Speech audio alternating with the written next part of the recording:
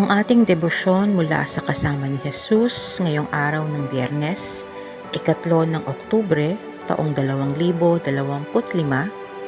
ay may pamagat na Alisin ang pag-aalala mula sa panulat ni Ginang Crystal Owu ng Greater Accra, Ghana. Basahin po natin ang awit, Kabanata 74, mula talata 16 hanggang 23 at bigyang pansin ang talata 19 na ganito ang sinasabi. Kapag ako ay ginugulo ng maraming suliranin, ang wagas na pag-ibig mo ang umaaliw sa akin. Isang umaga pagkayuko ko, nakaramdam ako ng matinding kirot sa aking likod. Tumigas ang likod ko at hindi ko na maidiretsyo ang katawan ko. Napasigaw na lang ako sa sobrang sakit. Matapos nito, 2 linggo akong may iniindang sakit at naging limitado ang aking mga kilos. Nung may naramdaman ulit akong matinding sakit, nakita sa aking MRI na maraming buto sa aking spine ang nag-crack na at namamaga.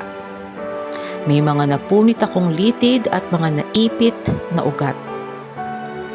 Habang tinititigan ko ang test results, napiga ng takot ang puso ko. Maraming pumasok sa isip ko. Kailangan kong magpa-opera. Hindi na ako makakalakad ulit ng maayos.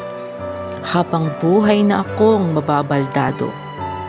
Nasa bahay na lang ako buong buhay ko.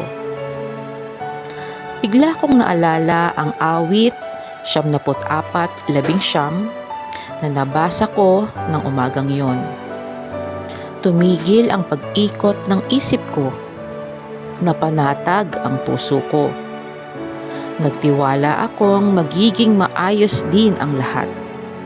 Magkaroon ako ng kapayapaan dahil sa talatang ito.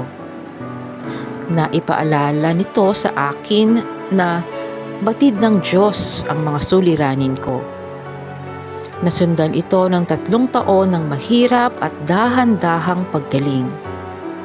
Sa gitna ng masasakit na karanasan at pagkabigo, ang salita ng Diyos ang nagbigay kasiyahan sa akin at ng lakas na magpatuloy.